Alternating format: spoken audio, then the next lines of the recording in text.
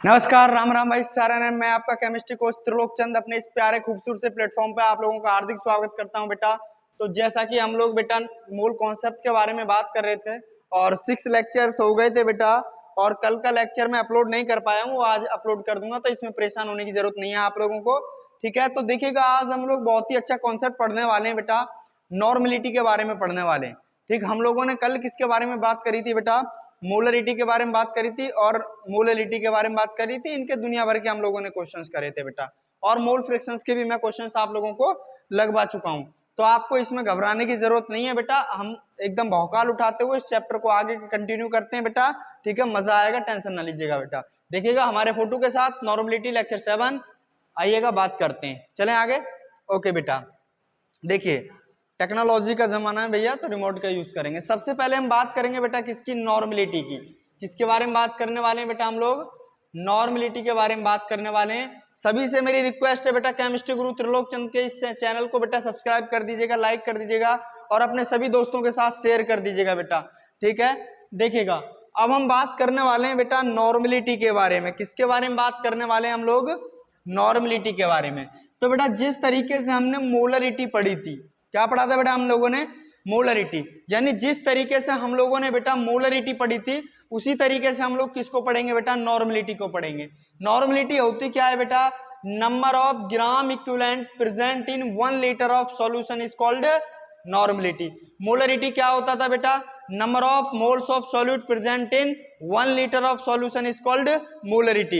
यानी सीधी सीधी सी बात है बेटा, मोलरिटी के केस में क्या होते हैं बेटा? मोल्स ऑफ सॉल्यूट प्रेजेंट होते हैं 1 लीटर सॉल्यूशन में। लेकिन यहाँ पर क्या प्रेजेंट होते हैं बेटा? ग्राम इक्विवेलेंट सॉल्यूट के प्रेजेंट होते हैं किसमें बेटा? 1 लीटर सॉल्यूशन में। यानी सीधी सीधी सी बात है बेटा, अगर मैं आप लोगों को बताऊं जो मोलरिटी होती है, क्या भाई साहब? मोलरिटी। मोलरिटी में हम लोग क्या लेते हैं भैया? मोल्स ऑफ सॉल्यूट यूज करते हैं। क्या चीज यूज करते हैं भैया?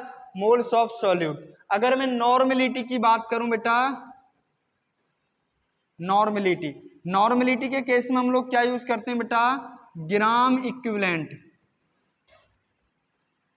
Gram equivalent of solute use करते हैं हम लोग। कोई दिक्कत भैया इस बात में किसी को? ठीक है, बिल्कुल मोलरिटी की तरह ही है, आपको घबराने की जरूरत नहीं है कि इसको नॉर्मलिटी को देखो ओ क्या है बेटा, ऐसा कुछ नहीं है।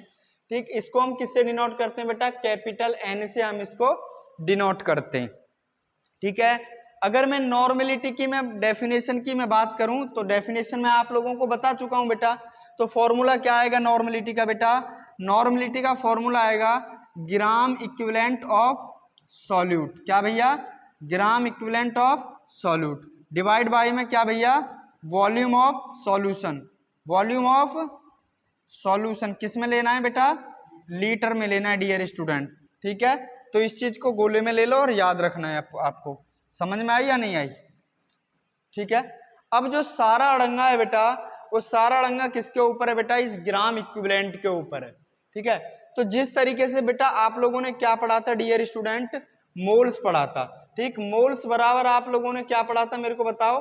मोल्स बराबर मैंने आपको बताया होगा क्या? गिवन मास बाई में मोलर मास। ठीक है, गिवन मास बाई में मोलर मास। इसके बारे में मैंने चर्चा करी थी आप लोगों से, किसकी बेटा? मोल्स की। ऑनलाइन वालों चर्चा करी थी या नहीं करी थी? बिल्कुल करी थी। ठीक, इसी तरीके से हम लोग ग्राम इक्विवेलेंट की अगर मैं बात करूं, किसकी भैया? ग्राम इक्विवेलेंट की। तो ग्राम इक्विवेलेंट किसे बोलेंगे भैया? किसे बोलेंगे? यानी गिवन मास। क्या भैया? गिवन मास बाई में क्या कर दूं बेटा मैं? मोलर मास की जगह हम लोग इसमें क्या करेंगे बेटा? Equivalent mass. क्या यूज करेंगे हम लोग? इक्विवेलेंट मास यूज करेंगे। इस तरीके से हम लोग बेटा ग्राम इक्विवेलेंट निकालेंगे। कोई दिक्कत इस बात में किसी को नहीं होनी चाहिए। अगर बेटा मैं यहाँ पर इक्विवेलेंट मास की मैं बात करूं, किसकी? Equivalent mass. तो इक्विवेलेंट मास का फॉर्मूला क्या आएगा बेटा? इक्विवेलेंट का मास का फॉर्मूला आता है बेटा क्या? Molar mass. ठीक है, डिवाइड बाई में एन फैक्टर। सही है, एन फैक्टर जिसको हम लोग क्या बोलते हैं भाई साहब? वैलेंसी फैक्टर भी कहते हैं। अब आप लोग क्या हो गए मास्टर जी, बात समझ में आ गई हमारे? Molar mass divide by n factor, हमको इक्विवेलेंट भी समझ में आ गया, ग्राम इक्विवेलेंट भी समझ में आ गया, इक्विवेलेंट मास भी समझ में आ गया। लेकिन अब ये एन फैक्टर क्या बला आ गई? एक से एक नई बला हम लोगों के सामने आ रही है। तो उस बला को टालने के लिए बेटा यहाँ पर बाबा आपके सामने खड़ा हुआ है। ठीक है, लादे झाड़ा बाबा जी। देखिए ध्यान से देखिएगा, हम लोग चीजों को हम समझाते हैं बेटा, एन फैक्टर के बारे में डिटेल चर्चा करेंगे। ठीक, तो अब मैं बेटा क्या नॉर्मलिटी का दूसरा फॉर्मूला लिख सकता हूं।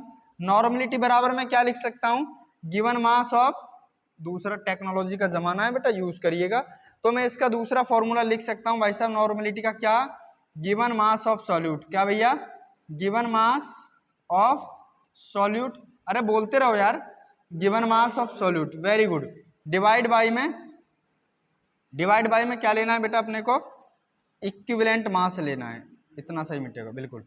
क्या लेना है भैया, इक्विवेलेंट मास, ठीक है, यानी इक्विवेलेंट मास ऑफ सॉल्यूट। सही है भाई साहब, ठीक। इनटू में मैं क्या कर दूं भाई साहब, वॉल्यूम ऑफ सॉल्यूशन, ठीक है। ये किस में लेना भाई साहब, लीटर में लेना है, ठीक है। एक मेरे पास में नॉर्मलिटी का ये फॉर्मूला आ गया। फॉर्मूला रटने की मैं कभी भी सलाह नहीं देता, एक ही फॉर्मूले से आप लोग सारी चीजों को कर दोगे। अब क्या मैं इसको और भी मॉडिफाई कर सकता हूं क्या, बताइए।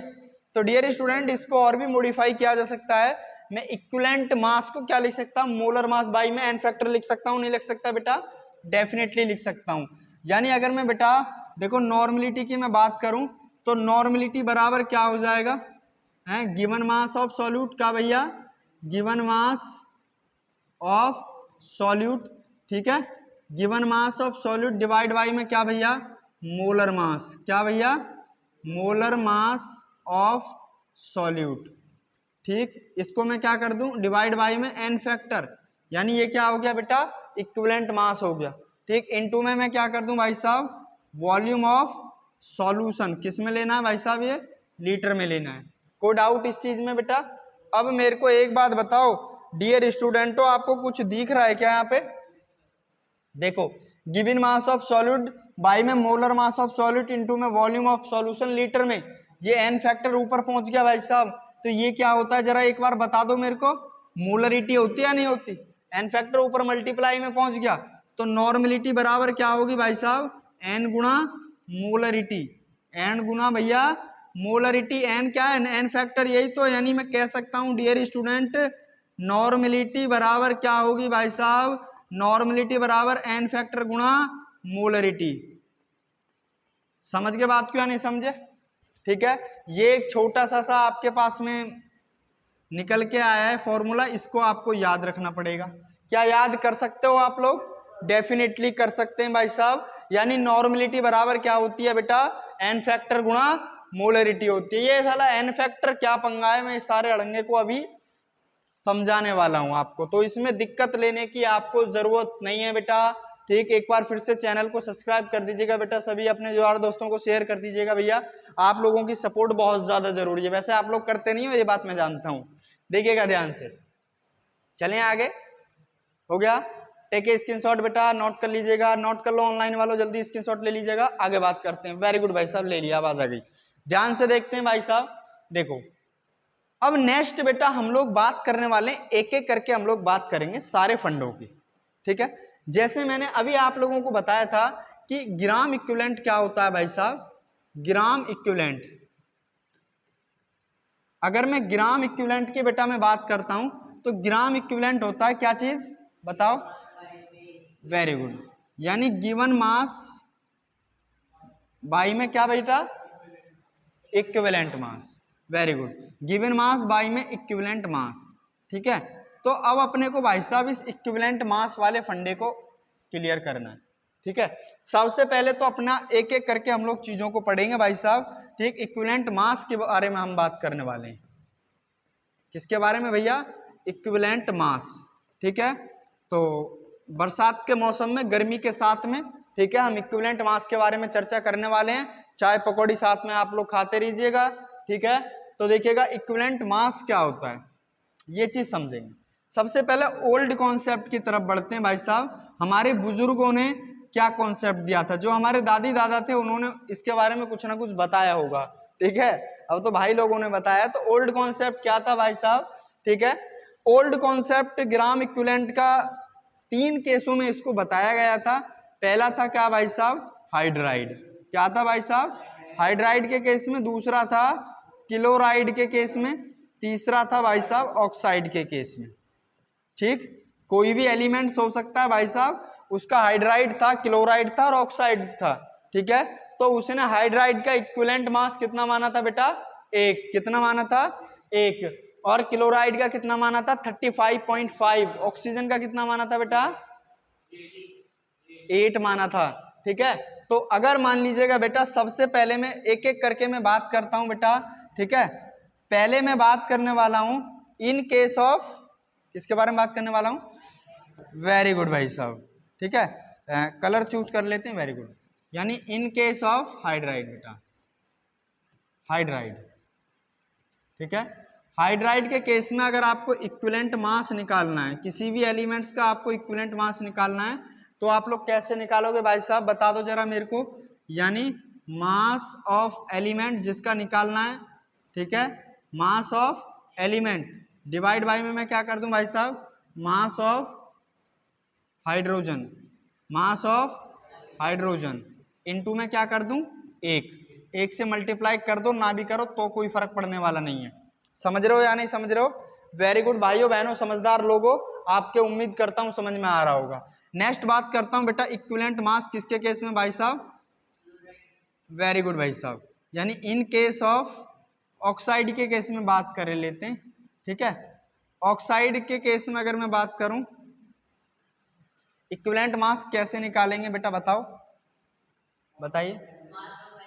वेरी गुड भाई साहब, यानी इक्विवेलेंट मास अगर निकालना हो तो वो कैसे निकालेंगे? मास ऑफ एलिमेंट, ठीक है, वेरी गुड, डिवाइड बाय में मैं क्या कर दूं?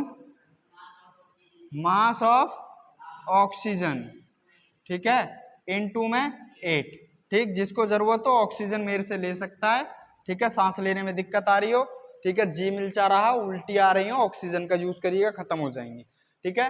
नेक्स्ट हम बात कर लेते हैं भाई साहब, किसके बारे में बात करेंगे अब जल्दी बता दो? क्लोराइड के केस में, ठीक है। इन case of chloride, in case of chloride, मेरे को लग रहा है ये विजिबल नहीं होगा, ठीक है, होगा ही नहीं, ये तो पता है मेरे को।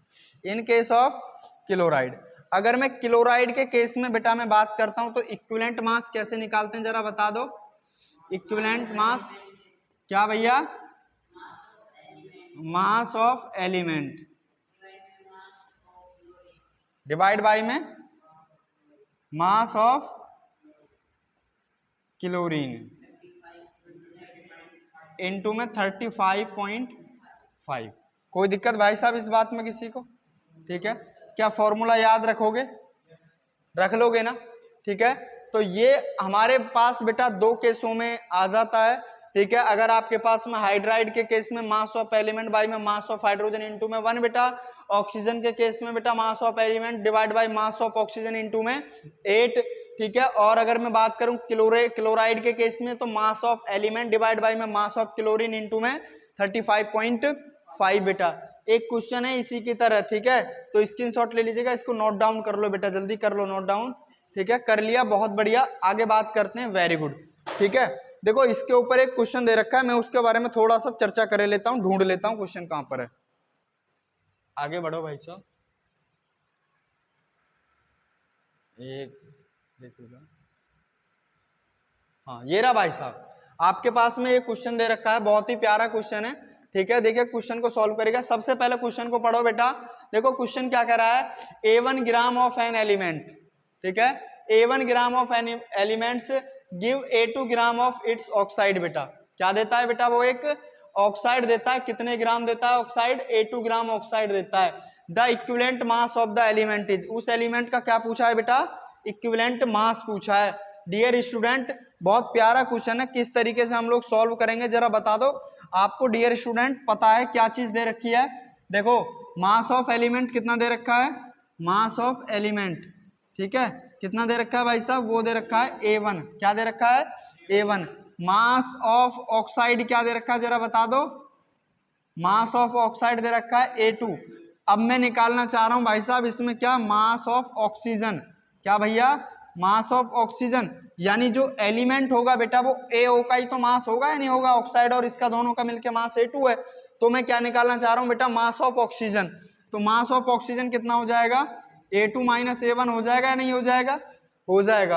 अब आप लोग निकाल सकते हो क्या? Equivalent mass of element.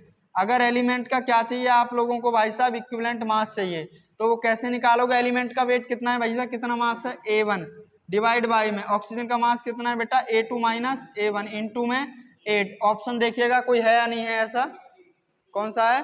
C option आप इन फ्रंट ऑफ यू आपके सामने है बेटा। कितना प्यारा क्वेश्चन था, ठीक है। इसमें आप लोगों को डियर स्टूडेंट घबराने की जरूरत नहीं है, ठीक है। एकदम स्क्रीनशॉट ले लीजिएगा बेटा, हर तरीके का क्वेश्चन का हम लोग भौकाल उठा देंगे, आपको इसमें परेशान होने की बिल्कुल जरूरत नहीं है। हमेशा त्रिलोक चंद आपके साथ है बेटा, ठीक है। बस आप लोग चैनल को सब्सक्राइब कर दीजिएगा, इस चीज में आप लोग चोरी करते हो, ठीक है। आगे बात करते हैं, उतार लीजिएगा भैया जल्दी इसको। कोई क्वेश्चन नहीं था ये अपने आप में, इसको देख के आप लोग घबरा जाओगे। रियलिटी में ये ओल्ड कॉन्सेप्ट है और ओल्ड कॉन्सेप्ट के ऊपर बेटा कई बार नीट में क्वेश्चन पूछा गया है, सही है, ठीक है। देखिएगा, हो गया नोट, चलें आगे। वेरी गुड, तो वहीं पीछे आ जाते हैं। ओ, स्कूल वाले बोर्ड हमसे ले लेंगे उल्टा, हाँ वेरी गुड। इस स्लाइड को लेते हैं हम लोग। हाँ भैया, ये इक्विवेलेंट का ओल्ड कॉन्सेप्ट समझ में आ गया रे? ए बाबू समझ में आ गया ना, ठीक है। देखिए आगे, अच्छा एक क्वेश्चन और था, उसको और करा दिया जाए, क्या कहते हो यार? ओके ठीक है, करा देते हैं, चलो। कितने प्यार से हम तुमसे कह रहे हैं भैया, ये नहीं, ये क्वेश्चन, ये भी नहीं भैया, ये तो करा दिया रे। हाँ ये रहा क्वेश्चन आपके सामने। क्वेश्चन क्या कह रहा है भैया? Sulphur form 2 oxide H2Cl2 and SCl2. The equivalent mass of sulphur in SCl2 is 16. The equivalent mass of sulphur in H2Cl2 बेटा। H2Cl2 में क्या पूछा है बेटा? सल्फर का इक्विवेलेंट मास पूछा है। इसको तो मारो गोली, कोई मतलब नहीं है, सीधा निकाल दीजिएगा अपना वही वाला पुराना वाला कॉन्सेप्ट, दादा दादी परदादी वाला कॉन्सेप्ट निकाल लीजिएगा बेटा आप लोग। कित गया, आजा भाई इधर, टेक्नोलॉजी भाई खतरनाक होती है। देखिए AI कर दीजिएगा इस क्वेश्चन को। देखो ध्यान से देखो भैया, AI का जमाना है, AI आपका नीट नहीं निकालेगा। AI आपको क्वेश्चन में हिंट दे सकता है, नीट नहीं निकालेगा, आपको डॉक्टर नहीं बना सकता AI। कभी आप लोग AI के भरोसे रहो। हाँ देखो बेटा, बट मैं ये कह रहा हूँ बिना AI कुछ नहीं, AI का जमाना चल रहा है, तो आप लोग उसके अकॉर्डिंग अपने आप को मॉडिफाई करिएगा। अब मैं कह दूंगा किसी बच्चे की डिलीवरी होनी है, AI डिलीवरी करिएगा, पता चल रहा है वो अंदर ही अंदर बच्चे को मार दे। बेटा आने वाले टाइम रोबोटिक चीजें तो हो रही हैं, ठीक है, वैसे हो रही हैं काफी सारी चीजें, लेकिन ट्रस्ट नहीं कर सकते।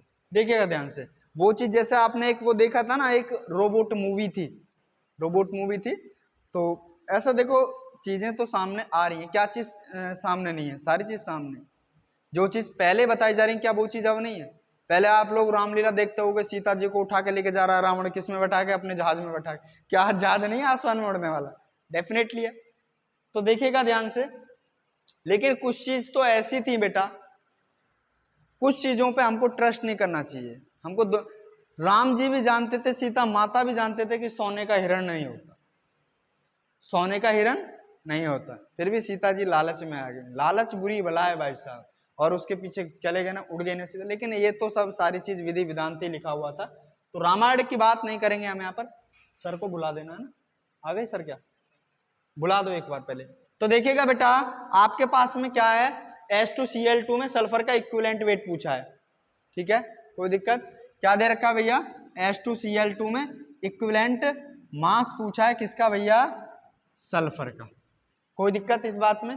तो मैं लिख सकता हूं यहां पर इक्विवेलेंट मास ऑफ सल्फर, ठीक। तो मास ऑफ सल्फर किसमें कितना है बेटा, इसमें बता दो जरा मेरे को। 32 होता है ना इसका मॉलिक्यूलर वेट, ठीक है। मोलर मास 32 इंटू में 2 कितना हो गया? 64, ठीक है। अरे आपके पास में H2Cl2 है, इस H2Cl2 में जो आपके पास में H2Cl2 है, कुछ नहीं दे रखा, तो इसको 1 मोल मान सकते हो या नहीं मान सकते? एक मॉलिक्यूल तो मान सकते हैं ना। तो इसमें आपके पास में क्या है? 64 ग्राम, इसको मान लीजिएगा भाई साहब, ठीक है। किसको? H2 है, ठीक है। और 35 इंटू 2 कितना है बेटा? इसमें क्लोरीन है, ठीक है।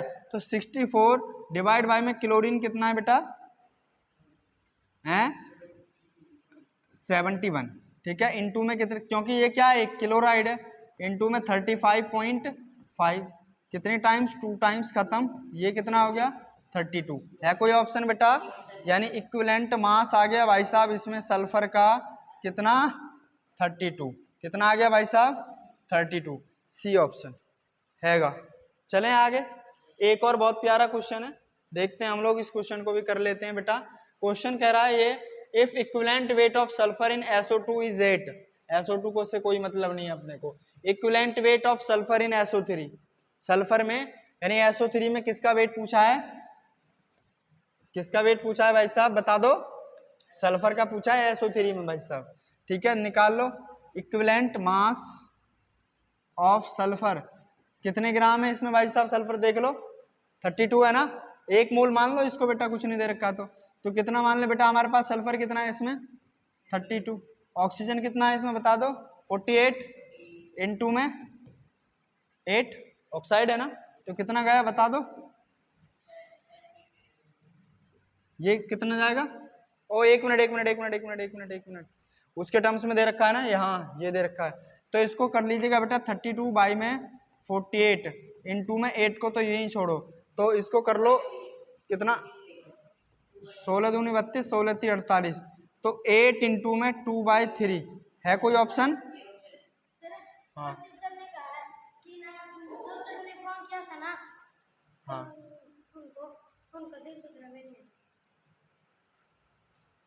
अच्छा, सर को दिक्कत हो रही है तो उनसे कह दो ये बच्चे यहाँ शिफ्ट हो जाएं, यहाँ भेज दो, उन बच्चों को यहाँ भेज दो, ठीक है हाँ छोटा सा बच्चा था, कोई बात नहीं, चलें आगे हैं, कोई बात नहीं उस चीज से। देखते हैं आगे, ये भी क्वेश्चन आसान था ना, कर लिया आप लोगों ने, हाँ ये क्वेश्चन है, इनको बाद में कराता हूँ मैं आपको, ब्लैंक स्लाइड पे चलते हैं हम लोग।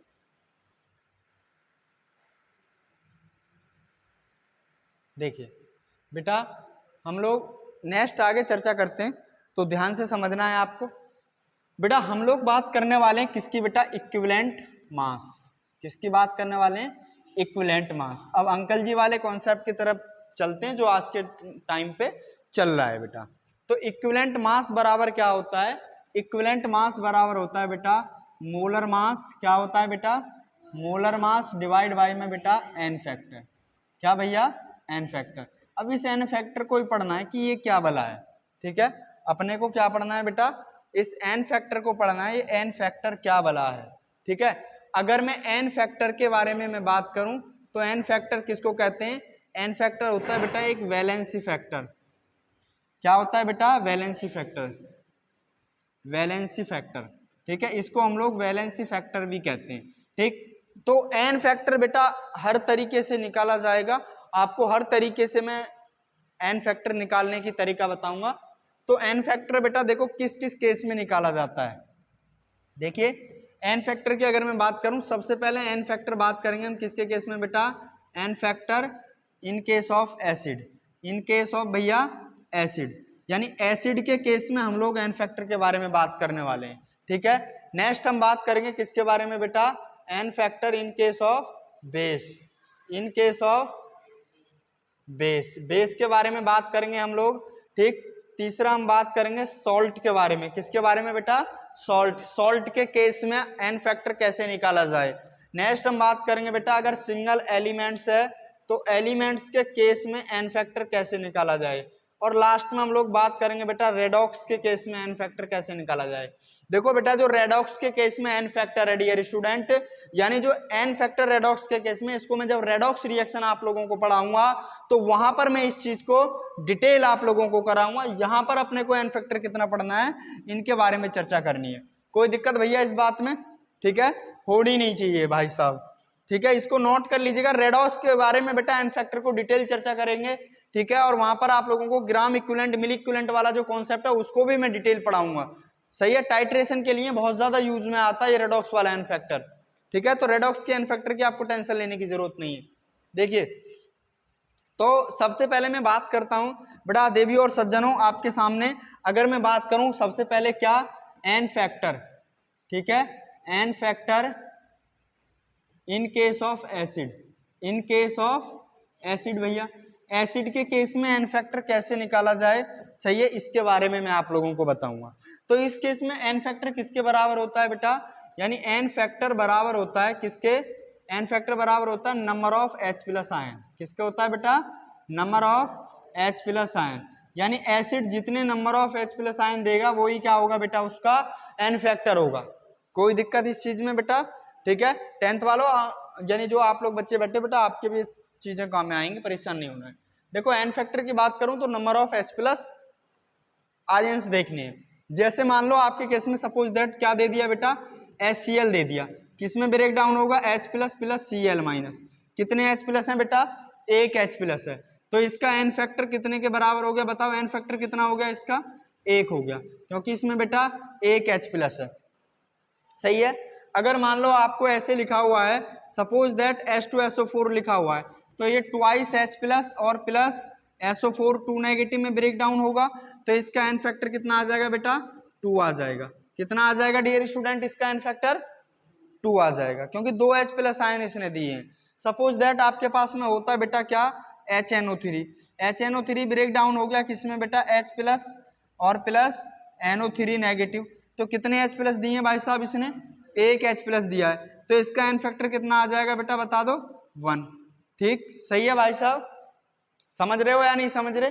एक और एग्जांपल देखो, अब आप लोग क्या सोचोगे कि सर मास्टर जी जितने एसिड में H प्लस देख रहे हैं उतना एन फैक्टर बोल दो आंख मिच के, तो बहुत आसान है। लेकिन ऐसा नहीं होगा बेटा कि एसिड में जितने H प्लस हैं वही उसका एन फैक्टर होगा, नहीं, ये चीज नहीं हो सकती। जैसे मान लो आपके पास में क्या है बेटा, सपोज दैट आपके पास दे रखा है CH3COOH, तो इसमें हाइड्रोजन कितने जरा बताना, 4 हाइड्रोजन है, तो 4 हाइड्रोजन है तो क्या इसका एन फैक्टर 4 आ जाएगा, नहीं आएगा। एन फैक्टर किसको बोलेंगे बेटा, एसिड जितने H प्लस आयन डोनेट करेगा बेटा वही क्या होगा, उसका एन फैक्टर होगा। समझ रहे हो बात को या नहीं समझ रहे, वेरी गुड, समझ रहे हैं। देखिए तो इसमें इसका एन फैक्टर ये किसमें ब्रेक डाउन होगा, CH3COO नेगेटिव एसीटेट आयन और प्लस H प्लस में ब्रेक डाउन होता है नहीं होता बेटा, एक H प्लस आयन देता है, तो इसलिए इसका एन फैक्टर कितना भाई साहब बताओ, एक हो जाएगा। कितना हो जाएगा इसका एन फैक्टर, एक। अगर मान लो मेरे पास एक और एग्जांपल है HCOOH भाई साहब, फॉर्मिक एसिड, किसमें ब्रेक डाउन होगा, HCOO नेगेटिव और प्लस H प्लस, कितने H प्लस आयन दे दिए बेटा इसने, एक H प्लस आयन दिया है, तो इसका एन फैक्टर कितना हो जाएगा बेटा, एक हो जाएगा। कोई दिक्कत इस चीज में, कोई दिक्कत नहीं है भाइयों बहनों, चमत्कारी लोगों, उम्मीद करता हूं आप लोगों के समझ में आ रहा होगा, जरूर उम्मीद क्या आ ही रहा होगा बेटा, पढ़ रहे होगे तो। नेक्स्ट अगर मैं बात करूं बेटा, आपके पास में क्या, ऑक्जेलिक एसिड, क्या है भाई साहब, ऑक्जेलिक एसिड है एरा, ठीक है, ऑक्जेलिक एसिड, ये किस में कन्वर्ट होगा बेटा, देखो COO negative COO negative, oxalate ion और प्लस कितने, 2 H प्लस देगा, तो इसका एन फैक्टर कितना हो जाएगा बता दो, 2 हो जाएगा। ये आपको ऐसे भी लिखा हुआ मिल सकता है भाई साहब, कैसे, C2, देखो ऐसे भी मिल सकता है C2O4H2, ऐसे भी मिल सकता है, किसमें C2O4 2 नेगेटिव और प्लस ट्वाइस H प्लस, ठीक, इसको बोलते हैं ऑक्जिलेट आयन, क्या बोलते हैं, ऑक्जिलेट आयन बोलते हैं भाई साहब। तो 2 H प्लस, तो एन फैक्टर कितना भाई साहब, 2 हो गया। समझ रहे हो बात को या नहीं बेटा, समझ में आ रहा है नहीं आ रहा है, कोई दिक्कत इस चीज में, कोई दिक्कत नहीं बेटा, वेरी गुड। देखो अब हम लोग नेक्स्ट आगे बात करेंगे, देखो थोड़ा सा और मॉडिफाई क्वेश्चन की तरफ हम लोग बढ़ जाते हैं, ठीक है। जैसे सपोज दैट आपको क्या दे रखा है, आपको H3PO4 दे रखा है, H3PO3 दे रखा है, और क्या दे रखा है बेटा, H3PO2, तो आप लोग क्या कहोगे, आंख मीच कर कह सकते हो कि मास्टर जी इसमें 3 हाइड्रोजन है, इसमें भी 3 हाइड्रोजन है, इसमें भी 3 हाइड्रोजन है, इसका मतलब इसका भी एन फैक्टर कितना होगा बेटा, 3 होगा, इसका भी एन फैक्टर कितना होगा मास्टर जी, 3 होगा, इसका भी एन फैक्टर कितना होगा बेटा, 3 होगा। बट बेटा गलत है, समझे बात को या नहीं समझे, ठीक है। तो अब देखिएगा इसके एन फैक्टर हम किस तरीके से निकालें बेटा। देखो मैंने फिर बताया है कि आप लोग सीधा सीधा एसिड को देख करके उसका एन फैक्टर मत बताया करो, उसमें देखना यह है कि कितने H प्लस आयन वो क्या करता है, डोनेट करता है, ठीक है, कितने H प्लस आयन वो दे रहा है, जितने H प्लस आयन वो दे रहा होगा उतना ही क्या होगा बेटा, उसका एन फैक्टर होगा। समझ रहे हो बात को या नहीं समझ रहे, ठीक है। तो जैसे अब हम बात करते हैं किसके बारे में बेटा, H3PO4 H3PO3 H3PO2 के बारे में बात करने वाले हैं, ठीक है। चलें बेटा एक एक करके बात करें, वेरी गुड। देखो इसमें ये भी आती है क्या, ये क्या हो गया, पता नहीं क्या हो गया, लाइन वाइन का सीन नहीं है इसमें मेरे को लग रहा है, देखिए कोई बात नहीं है तो ध्यान से देखना बेटा। हम लोग बात करने वाले हैं सबसे पहले किसकी, H3PO4। हमको बेटा ये ऑक्सो एसिड है, क्या है बेटा, ऑक्सो एसिड है, किसके, फॉस्फोरस के। ऑक्सो एसिड है किसके भाई साहब, फॉस्फोरस के। ठीक है, इनके मैं बाकायदे नामिंग वगैरह सारी चीज बताऊंगा जब पी ब्लॉक पढ़ाऊंगा 11th क्लास का। देखो ऑक्सो एसिड है तो इनकी स्ट्रक्चर कैसे बनाएंगे बेटा, सबसे पहले फॉस्फोरस लिख दो, ठीक है, कोई दिक्कत बेटा, जो इसमें नॉन मेटल है सबसे पहले उसको लिख दो। फिर हम क्या करते हैं बेटा, डबल बॉन्ड से ऑक्सीजन को जोड़ दो, सबसे पहले डबल बॉन्ड को ऑक्सीजन से जोड़ दो, ठीक है। अब सिंगल बॉन्ड से मैक्सिमम इस पे क्या जोड़ने हैं बेटा, OH जोड़ने हैं, क्या जोड़ने हैं बेटा, मैक्सिमम OH जोड़ दो। कोई दिक्कत इस चीज में बेटा, कोई दिक्कत नहीं बेटा, सही है। तो इसमें देखो कितने और बचे, एक ऑक्सीजन और एक हाइड्रोजन और बचा ना, यानी एक OH और जुड़ सकता है, कोई दिक्कत इस चीज में। तो बन गई स्ट्रक्चर या नहीं बन गई बेटा। रियलिटी में बेटा ये जो स्ट्रक्चर है, ये स्ट्रक्चर ऐसी है, ये डबल बॉन्ड नहीं होगा, ये कोऑर्डिनेट बॉन्ड होगा, ठीक है। क्या होगा बेटा, एक कोऑर्डिनेट बॉन्ड, ठीक है। ऑक्सीजन यहाँ पर आप लोग OH देख लीजिएगा, यहाँ OH और एक नीचे OH, कोई दिक्कत इस चीज में बेटा किसी को, ये इसकी रियल स्ट्रक्चर है। अब आपको एक बात देखना है, देखो आपके पास में कोई भी मेटल, सपोज दैट फॉस्फोरस दे रखी है, फॉस्फोरस से डायरेक्ट हाइड्रोजन जुड़ा हुआ है, एक बेटा किससे, यानी ऑक्सीजन से डायरेक्ट हाइड्रोजन जुड़ा हुआ है। तो बेटा ये ब्रेक डाउन होना आसान है, नहीं ये H+ में कन्वर्ट हो जाएगा, बट ये अगर मैं कह दूं कि ये H+ में कन्वर्ट हो जाएगा, नहीं बेटा, इससे H+ को निकालने के लिए बहुत ज्यादा एनर्जी की रिक्वायरमेंट होगी बेटा, समझ रहे हो या नहीं समझ रहे, ठीक है। तो ये कभी भी H+ को नहीं देगा, हमेशा H+ कौन से मिलेंगे बेटा, जो ऑक्सीजन से जुड़े हुए होंगे, यानी वही H+ बेटा एसिड के रूप में अपने को मिलते हैं जो ऑक्सीजन से जुड़े हुए होते हैं। कोई दिक्कत बेटा इस बात में, कोई दिक्कत नहीं। तो देखिएगा एक्चुअली में एक बात आपको समझनी है, जैसे मान लो आपके पास में क्या है बेटा, Ha कोई एसिड है, ये कन्वर्ट हो जा रहा है किसमें बेटा, A- और प्लस H+ में, कोई दिक्कत बेटा इस बात में। तो इसको हम लोग बोलते हैं बेटा बेसिसिटी, क्या बोलते हैं, बेसिसिटी बोलते हैं, क्योंकि ये H+ किसको जाएंगे बेटा, बेस को जाएंगे ना, बेस H+ को एक्सेप्ट कर लेगा, कोई दिक्कत इस चीज में बेटा किसी को, ठीक है। तो ये बेसिसिटी है, तो बेसिसिटी कितनी है भाई साहब, इसकी जितने H+ आयन होते हैं उसको हम लोग बोलते हैं बेटा बेसिसिटी, इसकी बेसिसिटी कितनी है बेटा, 1 है, समझ रहे हो बात को, नहीं कोई दिक्कत। तो अब बेटा अपने को देखना यह है इसी तरीके से, तो अपने पास में ये स्ट्रक्चर हो गई, ठीक। अब ध्यान से देखो, एक H+ यहाँ से मिल सकता है बेटा, एक H+ यहाँ से मिल सकता है, एक H+ यहाँ से मिल सकता है, ठीक है। तो इसकी बेसिसिटी कितनी हो गई बेटा, 3, यानी इससे 3 H+ मिल सकते हैं, इसका मतलब इसका एन फैक्टर कितना हो जाएगा बेटा, 3 हो जाएगा, समझ गए बात को या नहीं, ठीक है। आगे बात करें बेटा हम लोग, है नेक्स्ट आगे मैं बात करता हूं बेटा, मेरे पास में नेक्स्ट क्या है बेटा, H3PO3, क्या है, H3PO3, कोई दिक्कत बेटा इस बात में किसी को, ठीक है। अब इसकी स्ट्रक्चर अगर अपने को बनानी है, वही काम करना है, फॉस्फोरस जोड़ो, डबल बॉन्ड से ऑक्सीजन जोड़ो, सिंगल बॉन्ड से मैक्सिमम OH जोड़ दीजिएगा बेटा, ठीक है। अगर हाइड्रोजन बचे तो उसको सिंगल बॉन्ड से जोड़ देनी है, ऑक्सीजन बचे तो उसको डबल बॉन्ड से जोड़ देनी है, और जो डबल बॉन्ड है उसको लास्ट में आके किस में कन्वर्ट कर देना है, कोऑर्डिनेट बॉन्ड में कन्वर्ट कर देना है, क्योंकि वो रियलिटी में क्या होता है, एक तरीके का कोऑर्डिनेट बॉन्ड होता है, ठीक है।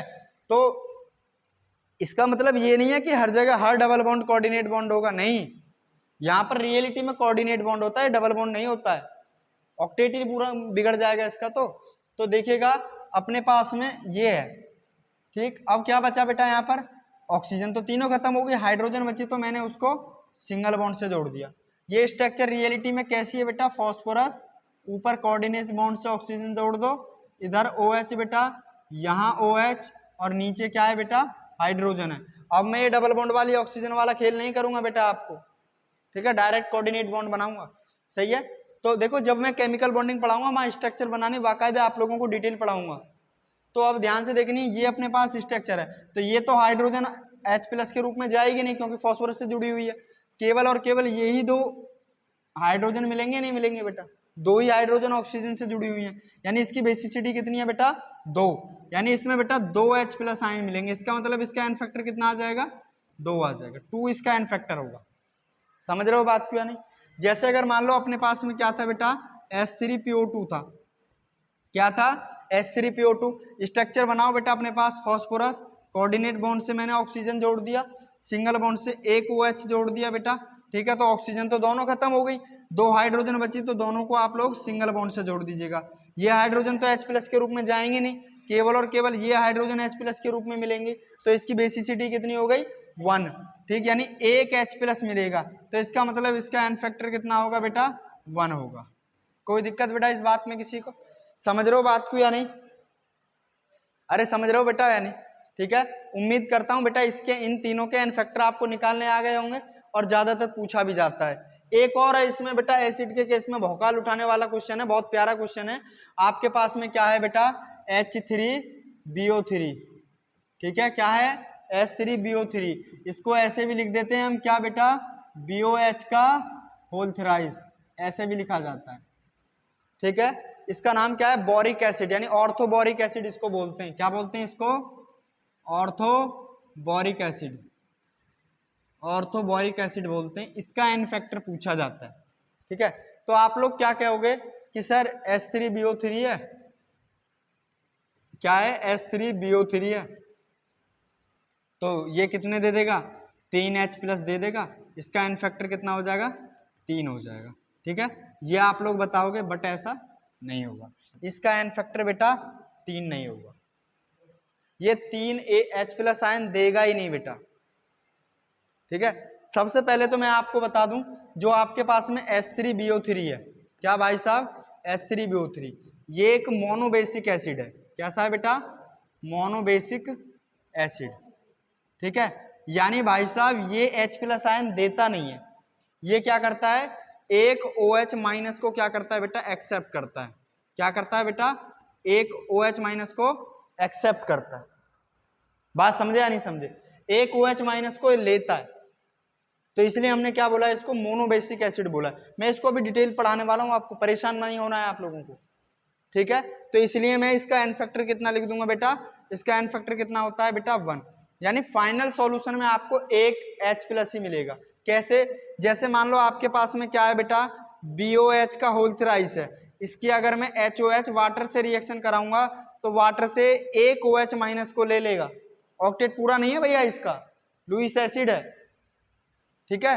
तो ये किस में कन्वर्ट हो जाएगा बेटा एकदम से, ये कन्वर्ट हो जाएगा किस में बेटा BOH का होल 4 नेगेटिव, ठीक है, और प्लस एक H+ आयन। देखो फाइनल सॉल्यूशन में अभी भी एक H+ आयन ही मिला है, ठीक है, इसलिए मैंने इसका एन फैक्टर कितना बोल दिया बेटा 1 बोल दिया। समझे बात को या नहीं समझे? ऐसा क्यों हो रहा है, क्या चीज है, देखो मैं इसको भी बता रहा हूं आप लोगों को। देखो जैसे अब आपने बेटा एक चीज जरूर पढ़ी होगी डियर स्टूडेंट, क्या? जैसे मान लो आपके पास में क्या है बेटा वाटर है, क्या है बेटा आपके पास में वाटर है। कोई दिक्कत बेटा इस बात में किसी को? ठीक है, समझ रहे हो या नहीं समझ रहे? जैसे हमारे पास में वाटर है, बड़ा सीरियस टॉपिक है बेटा, पेन मत चला, इसको समझ ले मूर्ख प्राणी। देखो जैसे हमारे पास में ये वाटर है बेटा, तो वाटर कैसा होता है बेटा न्यूट्रल होता है। कैसा होता है बेटा न्यूट्रल, ना तो ये एसिडिक होता ना ये बेसिक होता है। क्यों होता है बेटा न्यूट्रल? क्योंकि इसमें जितने H+ आयन होते हैं उतने कितने होते हैं बेटा OH- होते हैं, ठीक है। एक बात आप लोगों ने क्लास 10th में जरूर पढ़ी होगी माय डियर स्टूडेंट, क्या बात पढ़ी होगी? अगर H+ का नंबर ज्यादा है किससे OH- से, तो क्या होगा बेटा सॉल्यूशन एसिडिक होगा। कैसा होगा बेटा एसिडिक होगा। अगर H+ का नंबर कम है OH- से, तो सॉल्यूशन कैसा होगा बेटा बेसिक होगा। अगर H+ का नंबर बराबर है OH- के, तो सॉल्यूशन कैसा होगा बेटा न्यूट्रल होगा। ये चीज आप लोगों ने क्लास 10th में जरूर पढ़ ली होगी, ठीक है। ऑनलाइन वालों पढ़ ली है ना आप लोगों ने? फोन में से आवाज आ गई पढ़ ली है, वेरी गुड। अब ध्यान से देखना है बेटा, ये मेरे पास में क्या है बेटा पानी न्यूट्रल इसलिए है क्योंकि इसमें जितने H+ हैं उतने ही क्या है बेटा OH- हैं। समझ रहे हो? अब एक बात देखिएगा बेटा, बहुत ही ध्यान देने वाली बात है यहाँ पर, ठीक है। जैसे मान लो मेरे पास में ये वाटर है, क्या है बेटा मेरे पास ये वाटर, ठीक है। वाटर में क्या था, H प्लस बराबर थे OH माइनस के, कोई दिक्कत इस चीज में। अब मैंने क्या काम करा भाई साहब, मैंने इसमें एक मॉलिक्यूल BOH का होल थ्राइस का डाल दिया, ठीक है, यानी एक बोरिक एसिड का डाल दिया। तो बोरिक एसिड क्या करेगा, एक OH माइनस को तो ले लेगा इससे, यानी इसमें इससे क्या करेगा, एक OH माइनस को ले लेगा। अरे एक ही OH माइनस थोड़ी नहीं होगा सॉल्यूशन में, बहुत सारे OH माइनस होंगे। तो जब एक OH माइनस को इसने ले लिया तो H प्लस का नंबर क्या हो गया बेटा, अब ज्यादा होगा। H प्लस का नंबर OH माइनस से क्या होगा बेटा, ज्यादा होगा। कितना ज्यादा होगा, एक ही ज्यादा होगा, क्योंकि इसने एक OH माइनस को लिया है, ठीक है। अगर ये है बेटा, ये 10 है तो ये कितना होगा बेटा, 9 होगा, फर्क सिर्फ इतना होगा, ठीक है, यानी एक H प्लस आयन ज्यादा होगा, ठीक है। तो इसलिए मैंने इसको क्या बोल दिया था बेटा, एन फैक्टर मैंने इसका 1 बोला था, और इसको मैंने क्या बोला था बेटा, मोनोबेसिक एसिड बोला था। समझ गए बेटा, हाँ बे समझ गए, ठीक है। ध्यान से देखते हैं, चलें आगे। ये ततैये बहुत हो रहे हैं यार, आज तो लड़ गया दिखा किसी के ततैये, है ना, एक बच्चे का ततैया लड़ गया ना आज, हाँ देखो ध्यान से। अब बात करते हैं बेटा हम किसकी, n factor in case of base. ये तो हो गए एसिड के एन फैक्टर, किसके हो गए, एसिड के एन फैक्टर हो गए, ठीक है भाइयों बहनों समझदार लोगों। तो एसिड के एन फैक्टर आप लोगों ने पढ़ लिए हैं, अब बेस के एन फैक्टर पढ़ाने जा रहा हूं मैं। देखिएगा, हम बात करते हैं किसकी, n factor in case of base, n factor in case of base, in case of base, ठीक है। बेस के केस में हम लोग एन फैक्टर पढ़ने वाले हैं, ठीक है। तो अगर एसिड के केस में मैंने एन फैक्टर OH माइनस बोला था, तो बेस के केस में यानी एसिड के केस में तो एन फैक्टर बेसिसिटी था, इसका मतलब बेस के केस में एन फैक्टर क्या होगा, एसिडिटी होगा, होगा या नहीं होगा बेटा, यानी नंबर ऑफ OH माइनस, जितने नंबर ऑफ OH माइनस होंगे, ठीक है, उतना ही क्या होगा, उसका एन फैक्टर होगा। यानी कोई बेस जितने OH माइनस दे देगा उतना ही क्या होगा बेटा, उसका एन फैक्टर होगा। वेरी गुड बेटा। जैसे मान लीजिएगा आपके पास में सपोज दैट क्या है बेटा, यानी पहले लिख देते हैं, यानी एन फैक्टर बराबर किसके होगा, एन फैक्टर बराबर होगा किसके बेटा, number of OH minus, number of OH minus, ठीक है। कोई डाउट तो नहीं है ना भौकाली लोगों, कोई डाउट नहीं है आप लोगों को। देखिएगा, देखो अब एन फैक्टर बराबर नंबर ऑफ OH माइनस है। जैसे सपोज दैट मेरे पास में NaOH है, क्या है बेटा, NaOH, किस में ब्रेक डाउन हो गया लाडलो, NaOH, ये ब्रेक डाउन हो गया Na प्लस में और OH माइनस में। जब ये Na प्लस और OH माइनस में ब्रेक डाउन हुआ है बेटा, तो इसने कितने OH माइनस दिए हैं, एक। इसकी एसिडिटी कितनी है बेटा, एक है, ठीक है। तो इसका एन फैक्टर कितना हो जाएगा बता दो जरा, एक हो जाएगा। वेरी गुड, ठीक, सबने बोला एक, मैंने बोला एक। मान लो मेरे पास में CaOH का होल ट्वाइस है, ठीक, तो ये किस में कन्वर्ट हो गया, Ca2 प्लस और ट्वाइस OH नेगेटिव में कन्वर्ट हो गया। 2H प्लस आयन दिए भाई साहब इसने, एन फैक्टर कितना होगा बेटा इसका, 2 होगा। कोई दिक्कत तो नहीं है ना, है, कोई दिक्कत नहीं है।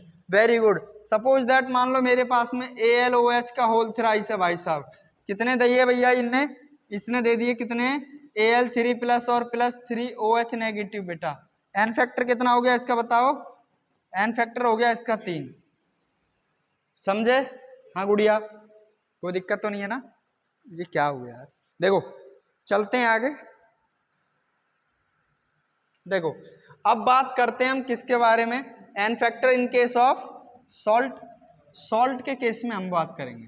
देखो एन फैक्टर, कोई डिफिकल्ट तो नहीं लगा आपको ये टॉपिक, आसान है। N factor in case of salt, ठीक है, सॉल्ट के केस में एन फैक्टर की हम बात करने वाले हैं। तो इस केस में अपने को याद रखना है मैक्सिमम चार्ज, ठीक है, जौन से भी आयंस कैटायन या एनायंस के ऊपर मैक्सिमम चार्ज प्रेजेंट होगा सॉल्ट में, वही क्या होगा बेटा, उसका एन फैक्टर होगा। कैसे, जैसे मान लो आपके पास में क्या है, NaCl है, NaCl ब्रेक डाउन करो, किस में टूटा, Na प्लस Cl माइनस, दोनों में बराबर है, तो इसमें प्लस वन है, विदाउट नेगेटिव, एक चार्ज है ना, ठीक है। तो कितना बोल दूं इसका एन फैक्टर, 1, कितना बोल दूं बेटा, 1।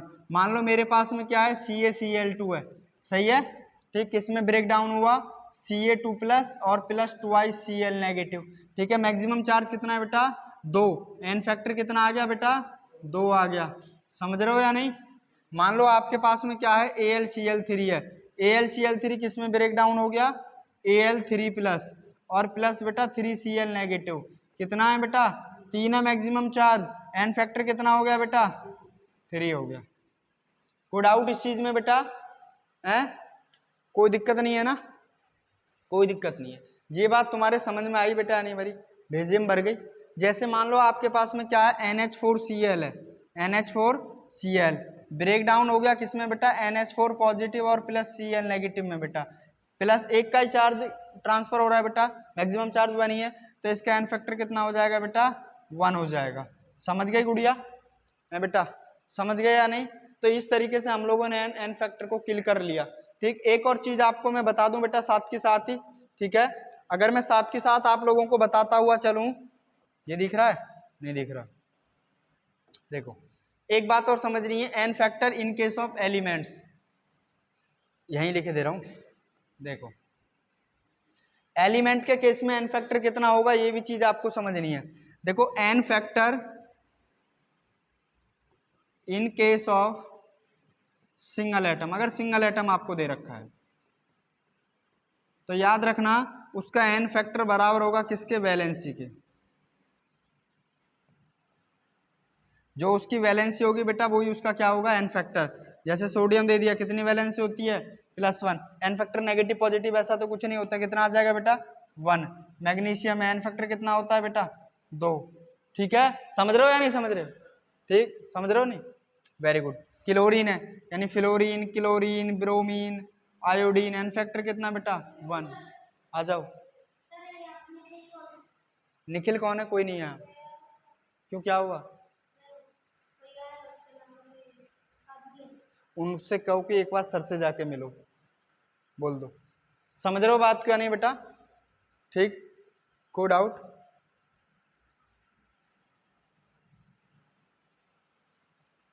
ये चीज क्लियर हो गया नहीं है? ठीक है, समझ गए। आगे बात करते हैं बेटा हम लोग। तो इस तरीके से हम लोग बेटा एन फैक्टर के बारे में चर्चा करेंगे। कर ली, करेंगे क्या, कर ली बेटा चर्चा। अब देखो समझना है अपने को, समझना क्या है माय डियर स्टूडेंट, देखो ये तो बात आ गई एन फैक्टर की, अपने को पढ़ाना था इक्विवेलेंट मास। देखो इक्विवेलेंट मास मैंने क्या बताया था, जरा मेरे को एक बार बता दो। इक्विवेलेंट मास बताया था मैंने क्या, मोलर मास, क्या मोलर मास डिवाइड बाई में एन फैक्टर। ठीक है, ये चीज बताई थी या नहीं? यानी इक्विवेलेंट मास मैंने क्या बताया था, मोलर मास डिवाइड बाई में एन फैक्टर। जैसे सपोज दैट मैं बात करूं आपके पास में H2SO4 है, क्या है डियर स्टूडेंट, H2SO4 है, इसका मोलर मास कितना होता है बेटा, इसका मोलर मास होता है 98। कितना होता है 98। अगर मैं इक्विवेलेंट मास की मैं बात करूं तो इसका एन फैक्टर कितना होगा बेटा 2 होगा, तो 98 डिवाइड बाय 2 तो कितना आ गया बेटा 49। आ गया या नहीं आ गया? अगर मान लो मैं बात करूं HCl की, किसकी बेटा HCl की, तो HCl का कितना होता है बेटा मोलर मास बताओ 35.5, कितना 36.5। इसका एन फैक्टर कितना होता है बेटा 1 होगा, तो इसका इक्विवेलेंट वेट कितना हो जाएगा, यानी इक्विवेलेंट मास बराबर हो जाएगा 36.5 डिवाइड बाय 1। ठीक है, तो 36.5 ही हो गया। कोई डाउट तो नहीं है इस बात में बेटा? ठीक है, एक बात अपने को याद रखना है, देखो अगर एन फैक्टर क्या है बेटा, एन फैक्टर 1 है, तो एन फैक्टर 1 के केस में क्या होता है, एन फैक्टर 1 के, एक मिनट सर, इक्विवेलेंट मास जो होता है बेटा वो बराबर होता है किसके, मोलर मास के। इक्विवेलेंट मास बराबर होता है किसके, मोलर मास के। कोई दिक्कत बेटा इस बात में किसी को? कोई दिक्कत नहीं। अगर मान लीजिएगा बेटा मेरे पास में एन फैक्टर की वैल्यू 1 से ज्यादा है, क्या है बेटा, एन फैक्टर की वैल्यू अगर 1 से ज्यादा है तो जो इक्विवेलेंट मास होगा, क्या बेटा, जो इक्विवेलेंट मास होगा वो क्या होगा बेटा, कम होगा किससे, मोलर मास से। कोई दिक्कत बेटा इस बात में? ये पॉइंट आप नोट कर लीजिएगा। ठीक है, एक मिनट मीन से मिलकर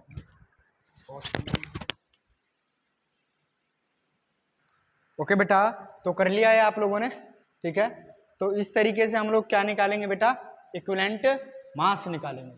समझ में आई या नहीं आई? तो कुछ क्वेश्चंस है बेटा, आइएगा हम उन क्वेश्चंस की तरफ बढ़ते हैं। इस तरीके से हम लोग एन फैक्टर निकालना सीख गए, इक्विवेलेंट मास किस तरीके से निकाला जाता है वो भी चीज हम सीख गए बेटा। ठीक है, तो अब हम देखिएगा कुछ क्वेश्चंस करते हैं।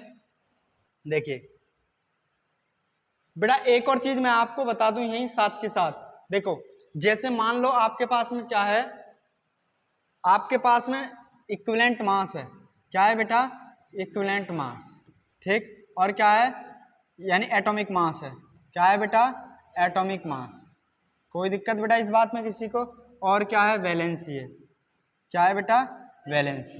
देखो बेटा वैलेंसी चेंज हो सकती है, वेरिएबल हो सकती है, ठीक है, कैसी हो सकती है बेटा, चेंजेबल, ठीक है, यानी चेंजेबल हो सकती है, वेरिएबल हो सकती है।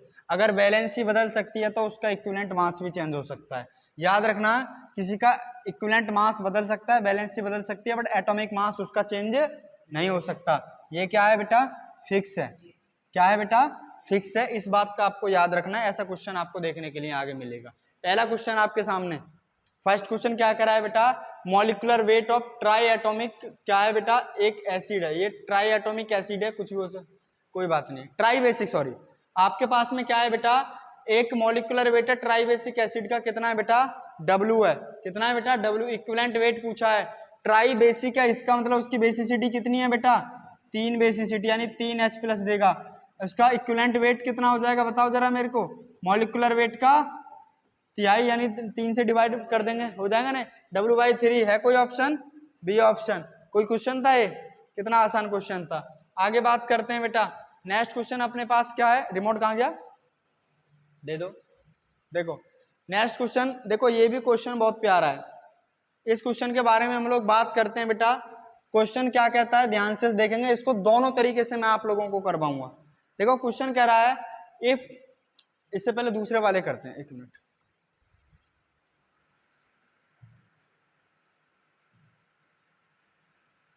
अरे ये रहा, which property of an elements is not variable, कौन आएगा बेटा, एटॉमिक वेट। चलें आगे, नेक्स्ट है, ये भी कर लिया बेटा हम लोगों ने, और कौन सा है, आगे बढ़ो, ये भी कर लिया है, ठीक है, ये भी कर लिया बेटा। हाँ, इसकी तरफ हम लोग बाहर इसी की बात करते हैं बेटा। देखो क्वेश्चन क्या कह रहा है, ध्यान से देखेंगे, कोई बात नहीं, हट जान दो, पीछे कर लेंगे, ये था, कितना गए, ये वाला था, यही है ना, हाँ यही है, इस क्वेश्चन की बात हम लोग कर रहे थे, ठीक है। तो देखते हैं आपके पास में क्वेश्चन क्या कहता है बेटा, सबसे पहले क्वेश्चन को रीड करिए, equivalent weight of an elements is 4 बेटा, कोई एलिमेंट्स है जिसका इक्विवेलेंट वेट कितना दे रखा है बेटा, 4 दे रखा है, ठीक है, उसके it's chloride has vapour density,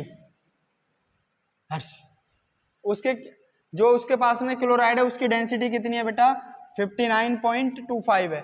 then the valency of an elements, उस एलिमेंट्स की वैलेंसी पूछी है बेटा, ठीक है, ध्यान से देखेंगे, उसका इक्विवेलेंट वेट ऑफ एलिमेंट कितना है बेटा, जरा बता दो, यानी इक्विवेलेंट मास ऑफ एलिमेंट्स, ठीक है, एलिमेंट्स का इक्विवेलेंट मास कितना है बेटा, 4 है, ठीक है, और इसका क्या है बेटा, क्लोराइड है, क्या है बेटा इसका, क्लोराइड, यानी क्लोराइड में क्या होगा, वो एलिमेंट होगा और प्लस क्लोरीन होगी, यही तो 2 चीज होंगे या नहीं होंगे, कोई दिक्कत बेटा इस बात में किसी को। जिस तरीके से हम लोग पूरे मॉलिक्यूल्स का क्या निकालते थे, मॉलिक्यूलर वेट, वो कैसे करके निकालते थे, सारे एटम्स के एटॉमिक वेट को हम लोग जो ऐड कर दिया करते थे, इसी तरीके से सारे एटम्स का आप लोग इक्विवेलेंट वेट ऐड कर दो तो मॉलिक्यूल का क्या आ जाएगा बेटा, इक्विवेलेंट वेट निकल के आ जाएगा, ठीक है। तो ध्यान से देखिएगा, यानी सारे एटम्स को ऐड कर देना है।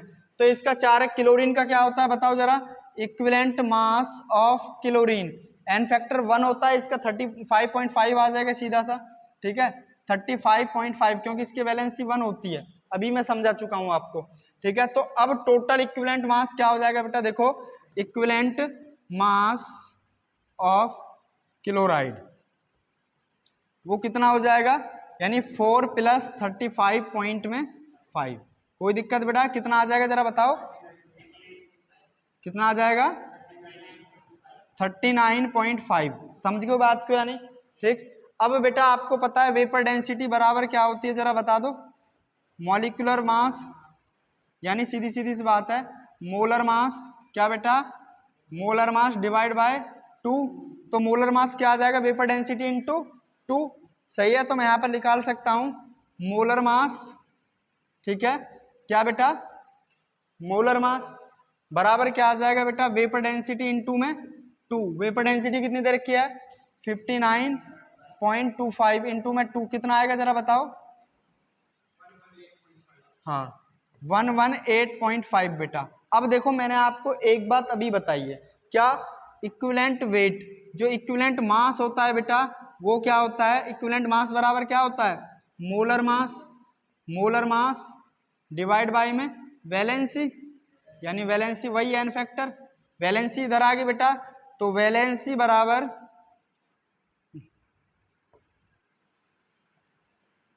वैलेंसी बराबर कितना आ जाएगा, molar mass divide by equivalent mass, molar mass कितना है बेटा इसका बता दो, कहाँ गया ये रहा 118.5 डिवाइड बाय में कितना कर दूं बेटा मैं 39.5, तो ये आ जाएगा बेटा कितना आ रहा है जरा बताओ, 3 आ रहा है पक्का, तो ऑप्शन कौन सा जाएगा बेटा, बी ऑप्शन।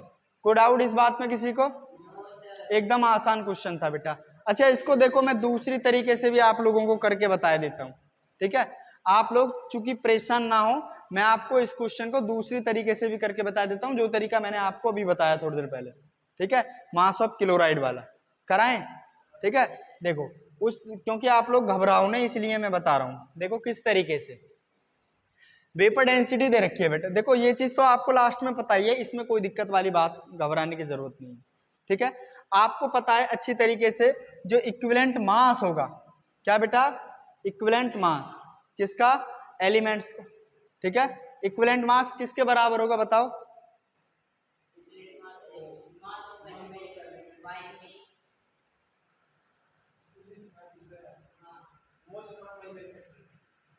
क्या होगा,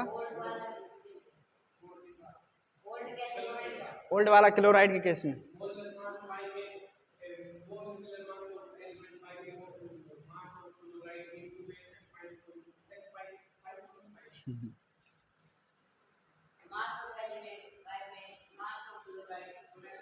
ठीक है ठीक है ठीक है ठीक है ठीक ठीक ठीक, देखो मैंने आपको एक बात अभी बताई है, जैसे इसका सीधा सीधा पता है मोलर मास कितना होगा इसका, मोलर मास अभी आया 2 इंटू में 59.25, कोई दिक्कत इस बात में किसी को, ये अभी निकल का है कितना आया बेटा 118.5, इतना निकल का आया ना। आपको एक बात बताई है मैंने, equivalent mass of element, equivalent mass of element, ठीक है, कोई दिक्कत इस बात में किसी को, ठीक, इक्विवेलेंट मास ऑफ एलिमेंट वो बराबर क्या होता है बेटा, क्या होगा, मास ऑफ एलिमेंट, ठीक, डिवाइड बाय में mass of chloride, mass of chlorine है नी, मास ऑफ क्लोरीन, ठीक है, इनटू में क्या कर दो बेटा 35.5 ऐसे कर दो। अब इक्विवेलेंट मास इसका दे रखा है, कितना दे रखा है बेटा 4 दे रखा है, क्या दे रखा है बेटा इसका 4 दे रखा है, ठीक है, इक्विवेलेंट मास कितना दे रखा है बेटा इसका 4। अब मास ऑफ एलिमेंट्स अपने को चाहिए, तो मास ऑफ एलिमेंट्स कैसे लिखोगे बताओ, यानी मास ऑफ एलिमेंट सीधी सीधी बात जो उसका मोलर मास होगा बेटा वही तो आएगा ना, तो आप इसको लिख सकते हो क्या 4 इंटू में वैलेंसी लिख सकते हो या नहीं लिख सकते हो, 4 भी है, अरे एक बात बताओ, अगर मान लो मैंने कह दी कि इक्विवेलेंट मास इतना है, अगर मेरे को उसका किसी एटम का अपने को इक्विवेलेंट वेट दे रखा है, तो मैं उसका एटॉमिक वेट नहीं निकाल सकता, कैसे निकाल सकता हूं, यानी उसका वैलेंसी इनटू में इक्विवेलेंट वेट, इस तरीके से एटॉमिक वेट निकल जाएगा, नहीं निकल जाएगा, आगे निकल के आपके सामने, और उतना ही तो होगा उसमें बेटा, होगा नहीं, यानी इतना मास किसका होगा, एलिमेंट्स का होगा। क्लोरीन का मास कितना दे रखा है बताओ, ये दे रखा है मास कितना 118, ये दे रखा है ना 118.5, कोई दिक्कत, माइनस कितना करेंगे इसका कितना है 4v इनटू में कितना 35.5, इसको कैलकुलेशन करो जरा, करो कैलकुलेशन कितना आएगा, देखो 4 से 4 खत्म, ठीक है 4 से 4 खत्म। ठीक है, अब इसको कैलकुलेशन करके बताइए जरा मेरे को कितना आ रहा है बेटा। देखो मैं इसको इधर ले जाऊं, जब आप लोग खत्म करो मत करो। ठीक है, मैं इसको देखो इस तरीके से कर दे रहा हूँ, ध्यान से देखना किस तरीके से करोगे इसको, यानी इसको v छोड़ दो, यानी अब मैं इसको इधर ले गया बेटा 118.5 ले गया नहीं ले गया 118.5 इंटू बराबर कितना आ जाएगा माइनस में 4v बराबर में कितना हो गया बेटा 35.5v हो गया नहीं हो गया। ठीक है, इधर को इसको इधर ले जाऊं 118.5 बराबर 35.5 प्लस में 4v, ये भी v है ये भी v है। ठीक, कितना हो गया 118.5 बराबर 39.5 v हो गया नहीं हो गया। इससे कितने बार आ गया 3, वैलेंसी कितनी आ गई 3। बट ये थोड़ा सा आपके लिए डिफिकल्ट पड़ेगा, वो वाला क्वेश्चन थोड़ा सा आसान पड़ेगा। ठीक, दोनों तरीके से हम लोग क्वेश्चन कर सकते हैं। और आगे क्वेश्चंस की तरफ हम लोग बात करते हैं बेटा। हो गया, देखिए नेक्स्ट बेटा अपने पास में क्वेश्चन कौन सा कह रहा है, कौन सा आ रहा है आगे। हाँ ये कर लिया, इसके आगे कोई और क्वेश्चन है? कोई नहीं है। अरे क्या हो गया, देखो क्वेश्चन तो अभी कही है, ये भी करा दिया। एक क्वेश्चन और था यार, ये रहा बेटा, इस क्वेश्चन को करो।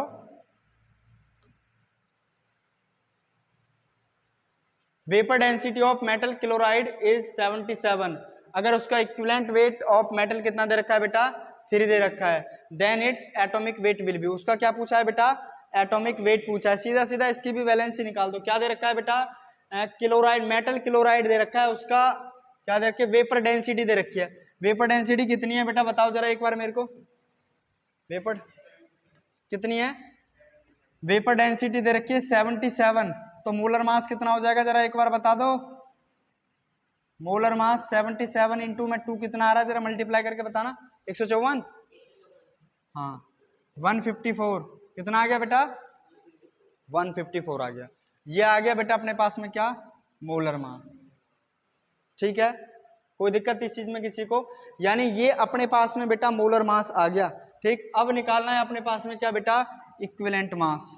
ठीक है, इक्विवेलेंट मास निकाल दो बेटा।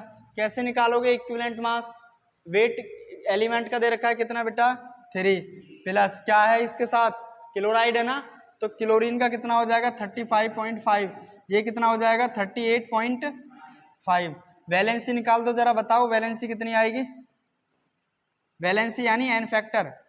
ठीक है, क्या एन फैक्टर कितना आएगा, अरे सीधी सीधी सी बात है, जो आपके पास में मोलर मास है, मोलर मास उसको डिवाइड कर दो किससे इक्विवेलेंट मास से।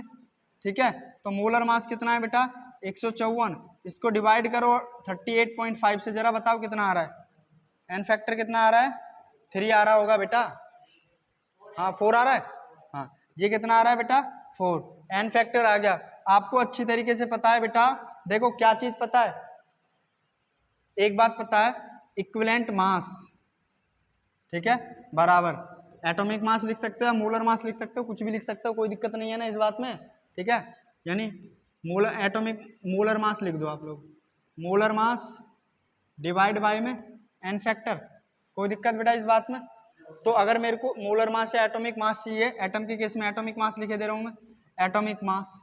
ठीक है, तो वो बराबर लिख सकता हूँ इक्विवेलेंट मास इनटू में एन फैक्टर लिख सकता हूँ, नहीं लिख सकता, इक्विवेलेंट मास कितना है 3, एन फैक्टर 4 कितना आ गया 12। है कोई ऑप्शन, कोई डाउट इस बात में है, समझ गए बात क्यों नहीं। तो ठीक है बेटा, थैंक यू वेरी मच, अपना ध्यान रखिएगा बेटा। ठीक, और इन क्वेश्चनों को सॉल्व करेगा। थैंक यू सो मच बेटा, यहीं से हो जाएगी बेटा।